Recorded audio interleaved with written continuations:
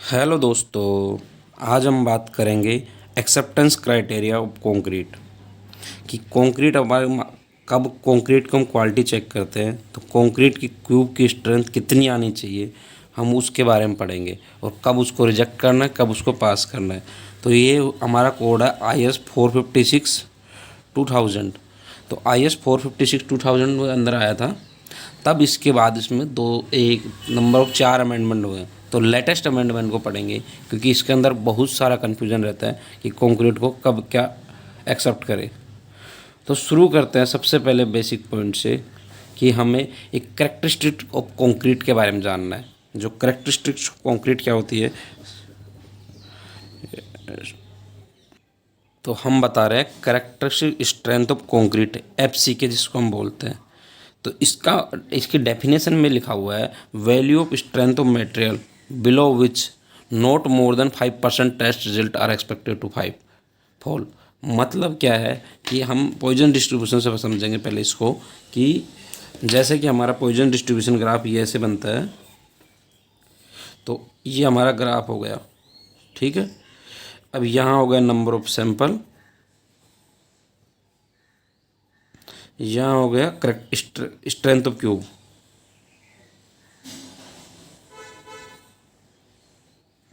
ठीक है।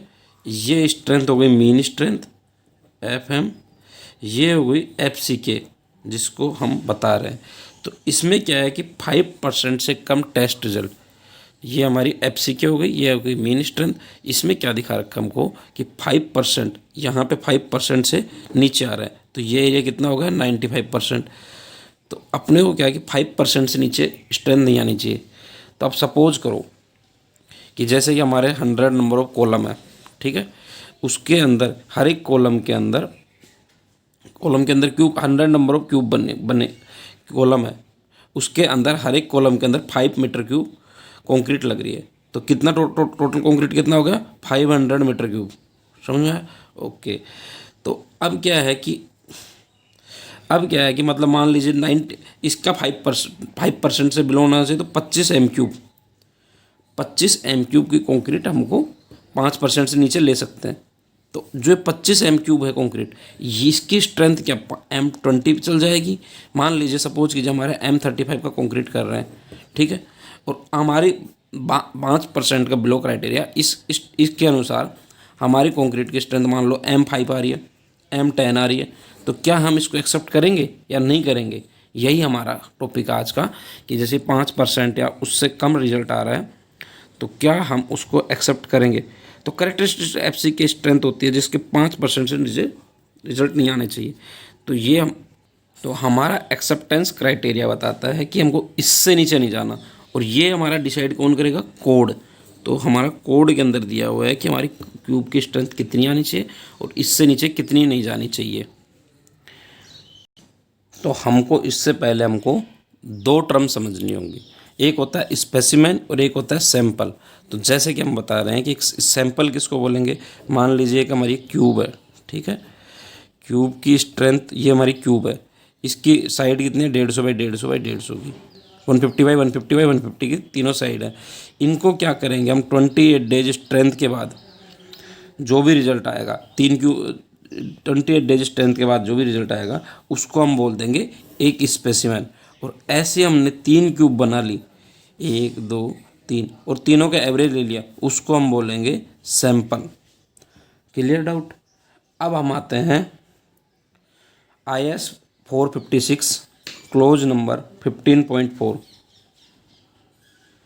यह हमारा क्लोज है IS 456 15.4 test result of sample.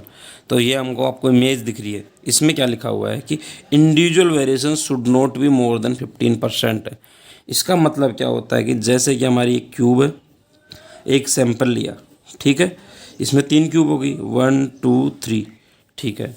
अब मान लीजिए हमारा इसके M40 की कंक्रीट करनी है, ठीक है जी। अब हमारी स्ट्रेंथ आ रही है एक 40 50 एंड 30। क्या हम इसको पास कर देंगे? तो आप बताइए, ये होगा हमारा सैंपल फेल, बिकॉज हमारी M40 की है तो 40 का 15% हो गया, 25 चौके 6, 6, तो ये हो गया हमारा 46 और ये हो गया हमारा 34। तो इस रेंज में आएगा तब तो हम इंडिविजुअल को पास करेंगे, अदरवाइज ये हमारा इनवैलिड होगा, अदरवाइज ये चीज़ हमारी इनवैलिड होगी। इसका मतलब यही है कि 15 इन तीनों का क्यूब का एवरेज करेंगे। जैसे मान लो इनका तीनों का क्यूब का एवरेज आया 10, ये एम 40 ले रहे हैं, तो ये आ गया 40, ये आ गया 42, ये आ गया 38। तो ये तो हमारा पास हो जाएगा क्योंकि इन सबका एवरेज कितना है 40, तो ये तो हमारा पास हो जाएगा। ये क्योंकि इस रेंज के अंदर है, अगर ऊपर नीचे आ रहे हैं तो वो हमारी को सैंपल ही इनवैलिड हो जाएगा, सैंपल को ही फेंक देना है। अब आती है हमारी टर्म फ्रीक्वेंसी। फ्रीक्वेंसी मीन्स जितना काम करना हो उसके हिसाब से सैंपल तैयार करना। तो हमको कितने नंबर ऑफ सैंपल तैयार करने हैं, इसी को हम फ्रीक्वेंसी बोलेंगे। तो जैसे कि हमारा वर्क है 1 to 5 मीटर क्यूब, तो उसके लिए 1 sample, 6 to 15 metre cube 2 sample, 16 to 30 metre cube 3 sample, 31 to 50 metre cube 4 sample. मान लीजिए हमारा 200 मीटर क्यूब है, तो हम क्या करेंगे 4 सैंपल, 50 के लिए हो गया, 50 के बाद 100 के लिए 1 प्लस कर देंगे, 100 से 150 के लिए 1 प्लस प्लस 1, तो ये हो गया हमारे 7 सैंपल। इसका मतलब एक सैंपल में 3 क्यूब होती है, तो 21 क्यूब्स हो जाएंगी। टोटल 21 नंबर ऑफ क्यूब्स बननी पड़ेंगे हमको अगर हमारा क्वांटिटी 200 मीटर क्यूब है। अभी हम एक टॉपिक पढ़ेंगे टेस्ट स्पेसिमेन। तो टेस्ट स्पेसिमेन मैंने पहले बताया था, स्पेसिमेन में 3 नंबर ऑफ ट्यूब्स चाहिए। तो हमारा फॉर्मूला होता है एफ सी के एफ एम माइनस, मतलब एफ सी के निकालने का फॉर्मूला होता है मीन माइनस 1.65। 1.65 कहाँ से है, ये एक स्टैंडर्ड दिया हुआ है जो 5% टेस्ट रिजल्ट बिलो के लिए होता है, 10% के लिए अलग रीडिंग होती है। अब आता है सिग्मा। सिग्मा को हम कैलकुलेट करने के लिए या तो 30 नंबर ऑफ सैंपल ले लीजिए, उनसे निकालते हैं। लेकिन हमारी साइट पे कई बार क्या होता है, इतना नंबर ऑफ वॉल्यूम होता ही नहीं है कंक्रीट का, तो हम क्या करते हैं सिग्मा की डायरेक्ट वैल्यू कोड में दी हुई है। एम 10 और 15 के लिए दी हुई है 3.5, 20 और 25 के लिए दी है 4, और एम 30 से लेके 60 तक जो लेटेस्ट अमेंडमेंट हुआ है उसमें 60 तक की रीडिंग ले रखी है, उसकी वैल्यू दे दी हमको डायरेक्ट 5। तो अब हम आते हैं हमारे मेन टॉपिक के ऊपर कि कंक्रीट की एक्सेप्टेंस क्राइटेरिया क्या है। तो अब हम पढ़ेंगे मेन टॉपिक, क्योंकि इसके थ्रू हम सिंपली समझ सकेंगे। When number of sample is only 1, तो हमने बताया था अभी 1 मिनट पहले कि ओनली सैंपल 1 होगा तो कंक्रीट की कितनी क्या क्वांटिटी चाहिए 1 to 5 मीटर क्यूब। तो मिनिमम रिक्वायरमेंट ऑफ सैंपल की स्ट्रेंथ कितनी होनी चाहिए एफ सी के प्लस 4। अब इसको समझते हैं। सपोज कीजिए आपकी कंक्रीट की ग्रेड है M30, तो हमारी स्ट्रेंथ मिनिमम कितनी होनी चाहिए 30 + 4। 30 + 4 इसमें क्या होता है कि जैसे 1 2 3 इन तीनों का एवरेज किए, इन तीनों का एवरेज करने पर मान लीजिए x रीडिंग आई, x + 4 x is greater than equal to x is greater than और equal to F C K plus 4। जो भी रीडिंग आएगी जिनकी reading F C K plus 4 यानी 34, जैसे कि हमारी ग्रेड ऑफ कंक्रीट है M30, तो उसके 34 से ज़्यादा आनी चाहिए अगर आपका सैंपल क्वांटिटी ओनली 1 है। तो अब आते हैं हमारे when number of sample is less than 4। Less than 4 में क्या आएगा, एक नंबर सैंपल के लिए हम देख ही चुके, और तो 2 या 3 या तो आएगा नंबर ऑफ सैंपल में 2 या फिर 3। तो इसके अंदर कंक्रीट क्वांटिटी कितनी हो जाएगी 6 to 30 नंबर ऑफ सैंपल के अंदर। अब आते हैं the requirement and minimum individual test is equal to F C K -2 newton per mm square and the mean of sample is equal to F C K plus 4 newton per mm square. तो हम क्या करते हैं, suppose करते हैं हमारी concrete की grade कितनी है M30 ले लेते हैं। चलो फिर से, तो M30 के अंदर मान लो 3 नंबर ऑफ सैंपल चाहिए। तो 3 नंबर ऑफ सैंपल के लिए क्या चाहिए 1 2 3 1 2 3 1 2 3। तो हम इन तीनों का मीन आया मान लीजिए x, इन तीनों का मीन आया y, इन तीनों का मीन आया z। समझे थोड़ा थोड़ा। अब ये तीनों का स्ट्रेंथ का जो ये x रीडिंग आया ये हमारा इससे किससे कम नहीं होना चाहिए 28 से कम नहीं होना चाहिए किसी भी केस के अंदर। और हम इन जैसे कि हम बता रहे हैं, जैसे कि हमारे इसका मीन ये रीडिंग आया हमारा मीन करने के बाद हमारा रीडिंग आ रहा है मान लीजिए 30, 32 और 31। तो हमारा ये सैंपल पास है। अब हम क्या करेंगे, इन तीनों का मान x plus Y plus Z divide by 3, ये हमेशा एफ सी के प्लस 4 से ग्रेटर देन होना चाहिए। तो अब हमारी कॉन्क्रीट कितनी है, हम M30 ले रहे हैं, तो हमारी ये तीनों का मीन 34 से ज़्यादा ही होना चाहिए हर केस के अंदर, अगर इसको पास करना है तो। ये हो गया 2 सैंपल के लिए। अब हम बात करेंगे when sample is greater then 4 या 4 से ज़्यादा हो, उसके लिए क्या करेंगे। अब हम आते हैं when sample is greater than और इक्वल टू 4, क्योंकि हमने 3 तक पढ़ लिए थे, उसका वॉल्यूम क्या होगा, ग्रेटर देन 30, जैसे कि मैंने पहले बताया। अब जो भी हम ये कर रहे हैं ये होगा ग्रेड ऑफ M15 और इससे ज़्यादा के लिए ही होता है। तो हम सबसे पहले आता है individual test result in newton per mm²। तो हमने मान लीजिए 5 टेस्ट किए, इसके अंदर 5 सैंपल ले लिए, 1 2 3 4 5, 1 2 3 4 5, इनका रीडिंग आया, 5 सैंपल लिए, ठीक है। इनमें पहले क्या किया, 3-3 क्यूब होंगी, 3-3 क्यूब होंगी इनकी, राइट, ये 3 क्यूब होगी। इसका मान लीजिए तीनों का एवरेज आया A B C D E, और हमारी मान लीजिए M35 की कॉन्क्रीट है। तो हमारी कॉन्क्रीट की कोई भी स्ट्रेंथ इन पाँचों में से M35, 35 minus 3 is equal to 32।